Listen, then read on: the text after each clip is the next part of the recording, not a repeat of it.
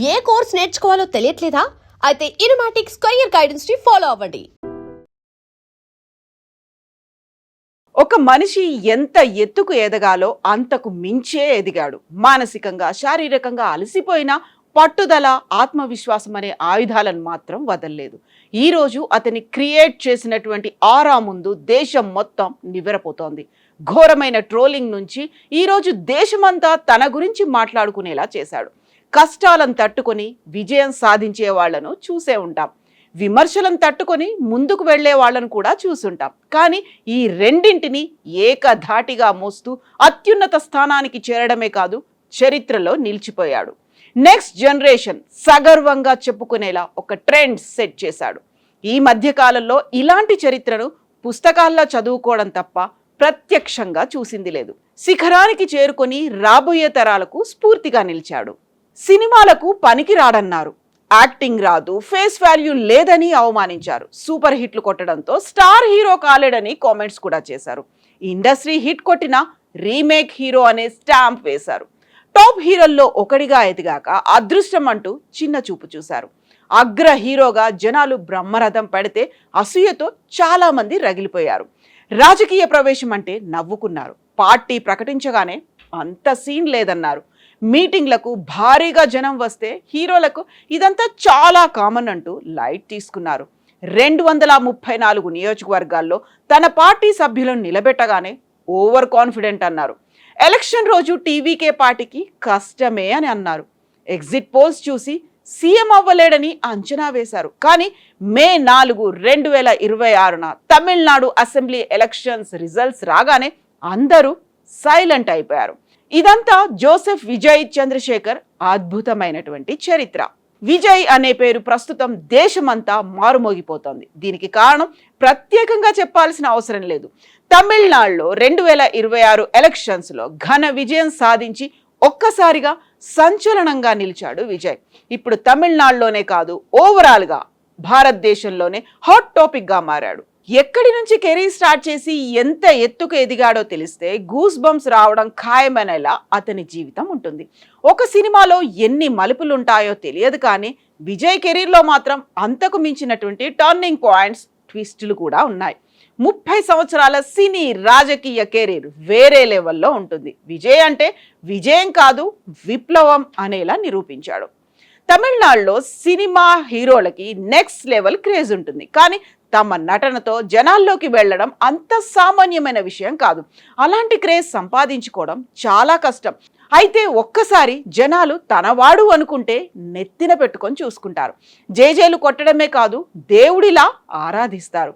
పూనకం వచ్చినట్లు ఊగిపోతారు. హీరోల పిచ్చి దాదాపు ప్రతి ఇండస్ట్రీలో ఇలానే ఉన్నా తమిళ్లో మాత్రం ఫ్యాన్స్ అభిమానం పీక్స్లో ఉంటుంది. ఎందుకంటే తమిళ ప్రజలకు ప్రాంతీయ భావాలు ఎక్కువగా ఉంటాయి. అలాంటి తమిళ ప్రజల గుండెల్లో విజయ్ ఎలా స్థానం సంపాదించాడో చూద్దాం. చంద్రశేఖర్, శోభా దంపతులకు జూన్ 22న విజయ్ 1974లో జన్మించాడు. తండ్రి సినిమా డైరెక్టర్ కావడంతో విజయ్ హీరో ఎంట్రీగా ఎలాంటి అడ్డంకి రాలేదు. చాలా ఈజీగా విజయ్ సినిమాల్లోకి వచ్చాడు. 1984లో వెట్రి సినిమాకు డైరెక్టర్ విజయ్ నాన్నగారు కావడంతో తన కొడుకుకి ఈ సినిమాలో చిన్నప్పటి హీరో రోల్ ఇచ్చారు. ఆ తర్వాత తన డైరెక్షన్లో విజయ్ను హీరోగా ఇంట్రడ్యూస్ చేయడం గమనించాల్సిన విషయం. 1992లో 18 ఏళ్ల వయసులో విజయ్ మొదటిసారిగా నాలయ తీర్పు చిత్రంతో హీరోగా డెబ్యూ చేశారు. అయితే తొలి సినిమాకే తీవ్ర విమర్శలు వచ్చాయి. ఈ సినిమాలో తన యాక్టింగ్ తోనే హీరో ఫేస్ కాదంటూ కించపరిచారు. విజయ్ని చూసి నవ్వుకొని వారే లేరు. టాలెంట్ లేకుండా కేవలం పేరెంట్స్ సహాయంతో నెట్టుకొస్తున్నాడనే కామెంట్స్ ఎక్కువగా వినిపించాయి. తమిళంలో అప్పటికే చాలా మంది సూపర్ స్టార్స్ ఉండడంతో విజయ్ను డైరెక్ట్ చేయడానికి ఎవరూ ఆసక్తి చూపించలేదు. దీంతో కొడుకు బాధ్యతలను పూర్తిగా తమ తల్లిదండ్రులే తీసుకున్నారు. తొలి 4 సినిమాల్లో అమ్మ కథ రాయడం, నాన్న డైరెక్ట్ చేయడం, ఇదే రిపీట్ అవుతూ వచ్చింది. దీంతో విజయ్ ఫ్యామిలీ నుంచి బయటకు వచ్చి సోలో హీరో కావడానికి చాలా టైం పట్టింది. 1994లో రాసిగం అనే సినిమా సూపర్ హిట్ కావడంతో విజయ్ సినిమా కెరీర్ ముందుకు సాగింది. ఈ సినిమా తర్వాత విజయ్ వేరే డైరెక్టర్స్ తో పనిచేసే అవకాశం వచ్చింది. ఇక అక్కడి నుంచి తన పేరెంట్స్ సపోర్ట్ లేకుండా ఒక్కో మెట్టు ఎదగడం స్టార్ట్ చేశాడు. 1996 ప్రారంభంలో romantic comedy cinema Coimbatore Mappillai box office వద్ద సూపర్ హిట్ కావడంతో పాటుగా విక్రమన్ దర్శకత్వం వహించిన పూవే ఉనక్కాగా సినిమా విజయ్కు క్రేజ్ని తీసుకొచ్చింది. అప్పటి వరకు అడపాదడపా హిట్లు, అప్పుడప్పుడు మంచి హిట్లు కొట్టిన పాత్ బ్రేకింగ్ మూవీ రాకపోవడంతో ఒక సాధారణ హీరోగా మిగిలిపోయాడు. ఒక హీరోని సూపర్ స్టార్గా నిలబెట్టాలంటే ఖచ్చితంగా ఒక ఇండస్ట్రీ హిట్ కావాల్సిందే. 2004లో గిల్లీ సినిమాతో విజయ్కు ఆ బిగ్ బ్రేక్ వచ్చింది. ఒక రకంగా చెప్పాలంటే విజయ్ సినిమా కెరీర్ గిల్లీకి ముందు, గిల్లీ తర్వాత అని చెప్పుకునేలా ఈ సినిమా తలపతి కెరీర్లో ఒక మైల్ స్టోన్గా నిలిచిపోయింది. ఆల్ టైమ్ బ్లాక్ బస్టర్ గా, ఇండస్ట్రీ హిట్ గా సంచలనం సృష్టించింది. ఈ సినిమా నుంచి విజయ్ కు ఫ్యాన్స్ బాగా పెరిగిపోయారు. ఇప్పటికీ ఈ సినిమా అంటే ఫ్యాన్స్ పడి చేస్తారు. తెలుగు సినిమాలు అతనొక్కడే, ఒక్కడు, పోకిరి, నువ్వు నాకు నచ్చావు, పెళ్లి సందడి లాంటి బ్లాక్ బస్టర్ సినిమాలకు అక్కడ రీమేక్ చేసి స్టార్ హీరో అయ్యాడు. 2007లో వచ్చిన పోకిరితో పాటుగా విజయ్ హిట్లు కొట్టిన చాలా సినిమాలు తెలుగు సినిమా రీమేక్స్ కావడంతో విమర్శలు ఆగలేదు. ఒకవైపు సీనియర్స్ రజనీకాంత్, కమల్ హాసన్ ప్రతిష్టాత్మక సినిమాలు చేస్తున్నారు. మరోవైపు సూర్య, విక్రమ్ ప్రయోగాలతో సంచలన హిట్స్ అందుకుంటుంటే విజయ్ రీమేక్ చేస్తున్నాడంటూ చిన్న చూపు చూసేవారు. ఫ్యాన్స్ ఎంతమంది ఉన్నా విజయ్కు ఒక రీమేక్ హీరోని స్టాంప్ వేసి అతన్ని కిందకు లాగే ప్రయత్నం చేశారు. ట్రోల్స్ చేశారు. సొంత స్క్రిప్ట్ తో సినిమాలు తీసి హిట్ కొట్టలేడని విమర్శించారు. దీంతో విజయ్ తనని తాను మరోసారి ప్రూవ్ చేసుకోవాల్సిన సమయం వచ్చింది. వరుస హిట్లతో ఒక స్టార్ హీరో కేటగిరీలో చేరిన జనాలు మాత్రం ఒక పరిపూర్ణ హీరోగా చూడలేదు. డాన్సులు ఇరగదీసే విజయ్ తమిళ సినిమా ఇండస్ట్రీలో స్పెషల్ క్రేజ్ దక్కించుకున్నారు. విశేషం ఏంటంటే అప్పట్లో విజయ్ ఒక్కడే తన డాన్స్తో ఫ్యాన్స్ను సంపాదించుకున్నాడు. డాన్స్ మాత్రమే కాదు, తనలోని సింగింగ్ టాలెంట్ కూడా ఉందని నిరూపించి ఆల్రౌండర్ గుర్తింపు తెచ్చుకున్నాడు విజయ్. బాక్సాఫీస్ వద్ద తన సినిమాలతో షేక్ చేసిన విజయ్ను ఎవ్వరూ లెక్క చేయలేదు. 2011 వరకు విజయ్ అంటే ఒక రీమేక్ హీరో, ఒక టాలెంట్ లేని యాక్టర్. కానీ 2012లో మురుగదాస్తో చేతులు కలపడంతో విజయ్ క్రేజ్ నెక్స్ట్ లెవెల్లోకి వెళ్ళింది. తుపాకీ సినిమాతో విజయ్ వెనక్కి తిరిగి చూసుకోలేదు. ఈ సినిమాలో విజయ్ యాక్టింగ్ను మెచ్చుకోని వారుండరు. ఈ సినిమా నుంచి విజయ్ కోలీవుడ్లో తన ఆలోచనను పూర్తిగా మార్చేశాడు. తాను ఎంపిక చేసుకునే ప్రతి కథలో సోషల్ మెసేజ్ ఉండేలా చూసుకున్నాడు. ఇక్కడి నుంచి విజయ్కు ఫ్యాన్స్ పెరుగుతూ వచ్చారు. మురుగదాస్తోనే కత్తి సినిమా తీసి విజయ్ అంటే ఇది అని నిరూపించాడు. ముఖ్యంగా యూత్ విజయ్ సినిమాలు అంటే పిచ్చి పిచ్చిగా ఎగబడేవారు. జనాలు అభిమానించడం మానేసి ఆరాధించడం మొదలుపెట్టారు. విజయ్ అని మానేసి ఫ్యాన్స్ పూర్తిగా మా తలపతి అంటూ మెంటలెక్కిపోయేవారు. సినిమా టాక్ ఎలా ఉన్నా అలవోకగా 100 కోట్లు వచ్చేవి. విజయ్ విధ్వంసంతో బాక్సాఫీస్ షేక్ అయ్యేది. డైరెక్టర్ ఆట్లీతో చేసిన 3 సినిమాలు విజయ్ను నెంబర్ 1 హీరోగా నిలబెట్టాయి. మెర్సెల్ సినిమాతో కోలీవుడ్లో అగ్ర హీరోగా ఎదిగాడు. ప్రతి సినిమాలో సోషల్ మెసేజ్తో ఒక కొత్త అనుభూతి ఇచ్చేవాడు. ఒకవైపు కమర్షియల్ ఎలిమెంట్స్తో పాటుగా మరోవైపు సినిమాలో మెసేజ్ ఇస్తూ మోస్ట్ సక్సెస్ఫుల్ హీరోగా అవతరించాడు.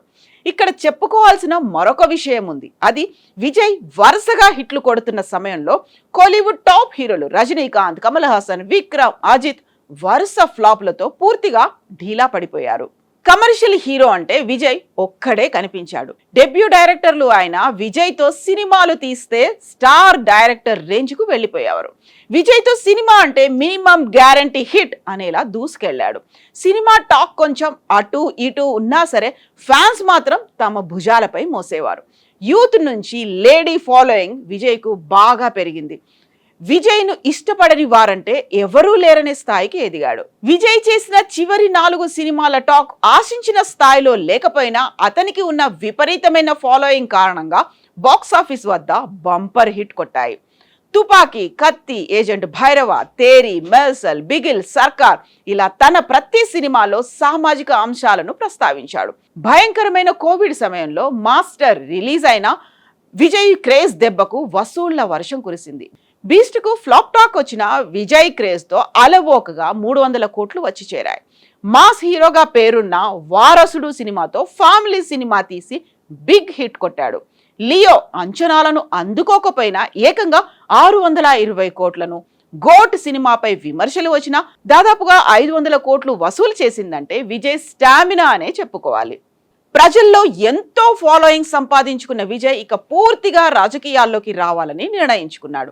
2009లోనే విజయ్కు భారీగా ఫ్యాన్స్ ఏర్పడ్డారు. దీంతో ఇక్కడి నుంచే విజయ్ రాజకీయానికి బీజం పడింది. 2009లో విజయ్ తన అభిమాన సంఘం విజయ్ మక్కల్ ఇయక్కంను ప్రారంభించాడు. ఈ సంస్థ 2011 తమిళనాడు అసెంబ్లీ ఎన్నికల్లో ఏఐఏడిఎంకే నేతృత్వంలోని కూటమికి సపోర్ట్ చేసింది. రాజకీయాల్లో తాను ఎందుకు వచ్చాడో కారణం కూడా క్లియర్గా చెప్పుకొచ్చాడు.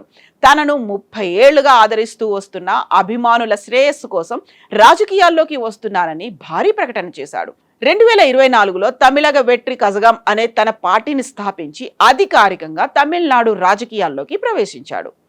ఆయన అభిమాన సంఘం విజయ్ మక్కల్ ఇయక్కం ఆయన రాజకీయ ప్రవేశానికి పునాదిగా నిలిచింది. అంతకుముందే విజయ్ సామాజిక సంక్షేమ కార్యక్రమాల్లో నిమగ్నమై 2021లో స్థానిక గ్రామీణ సంస్థల ఎన్నికల్లో విజయవంతంగా పోటీ చేశాడు. 2026 అసెంబ్లీ ఎన్నికలను లక్ష్యంగా పెట్టుకున్న విజయ్ అవినీతి వ్యతిరేక, సామాజిక న్యాయం, తమిళ ఆత్మగౌరవం వంటి అంశాలపై దృష్టి పెట్టి అధికారంలో ఉన్న డిఎంకే, ప్రతిపక్ష ఏఐఏడిఎంకేలకు సవాల్ విసిరాడు. అంతేకాదు ఒక్కసారి రాజకీయాల్లోకి అడుగు పెడితే ఇకపై సినిమాలు చేయనని చెప్పి బిగ్ షాక్ ఇచ్చాడు. దీంతో విజయ్ తొందరపడుతున్నాడేమో అని అందరూ భావించారు. సినిమా కెరీర్, రాజకీయ కెరీర్ రెండూ పోతాయనే కామెంట్స్ వినిపించాయి. సినిమా, రాజకీయం రెండూ ఒక్కటి కాదని హితబోధ చేశారు. కానీ ఇవేవి విజయ్ పట్టించుకోలేదు. తనకు అండగా నిలిచి ఆదరిస్తున్న జనాలపై నమ్మకం ఉంచాడు.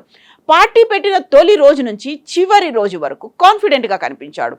ఏ రోజు కూడా తాను ఓడిపోతే పరిస్థితి ఏంటి అనే ఆలోచన కూడా రానివ్వలేదు. విజయ్ మీటింగ్లకు జనాలు లక్షల్లో రావడం చూసి తమిళనాట ప్రజలు కొత్త మార్పు కోరుకుంటున్నారని అర్థమైంది. విజయ్ క్రేజ్ దెబ్బకు తమిళనాట మాత్రమే కాదు, ఇండియా మొత్తం షేక్ అయిపోయింది. అదే సమయంలో తమిళనాట 2 పార్టీలు ప్రజలను సమర్థవంతంగా పరిపాలించడంలో విఫలమయ్యాయి. ఇలాంటి సమయంలోనే విజయ్ రిస్క్ చేసి రాజకీయాల్లోకి వచ్చి ప్రజలకు దగ్గరయ్యాడు. రాష్ట్రంలో మార్పు కావాలని జనాలకు పిలుపునిచ్చాడు. మొత్తం 234 నియోజకవర్గాల్లో తన పార్టీకి చెందిన మనుషులను నిలబెట్టి తన సర్కార్ సినిమా సీన్ రిపీట్ చేశాడు. కానీ జనం ఎంత ఆరాధించినా వారు ఓట్లు వేస్తారా అనే డౌట్స్ అందరిలోనూ ఉన్నాయి. కానీ తమిళనాడులో జనాలు మార్పు కోరుకున్నారు. 2 చారిత్రాత్మక పార్టీలు ఉన్న విజయ్కి పట్టం కట్టారు. ఈ క్రమంలో విజయ్కు ఎదురు దెబ్బలు గట్టిగానే తగిలాయి. ఎలక్షన్స్కు ముందు జననాయగన్ సినిమా సెన్సార్ బోర్డు కారణంగా రిలీజ్ కాకపోవడం, తన భార్యతో విడాకుల గొడవ, కరూర్లో తొక్కిసలాట్లో 41 మంది చనిపోవడం, ఇలాంటి విషయాలు విజయ్ను వెనక్కి నెట్టాయి. కానీ విజయ్ దేనికి చెలించకుండా తన పోరాటాన్ని కొనసాగించాడు. జనాలు హీరోళ్లను సీఎం చేసే ఆలోచనను తమిళనాడులో విజయ్ మళ్లీ పుట్టించాడు.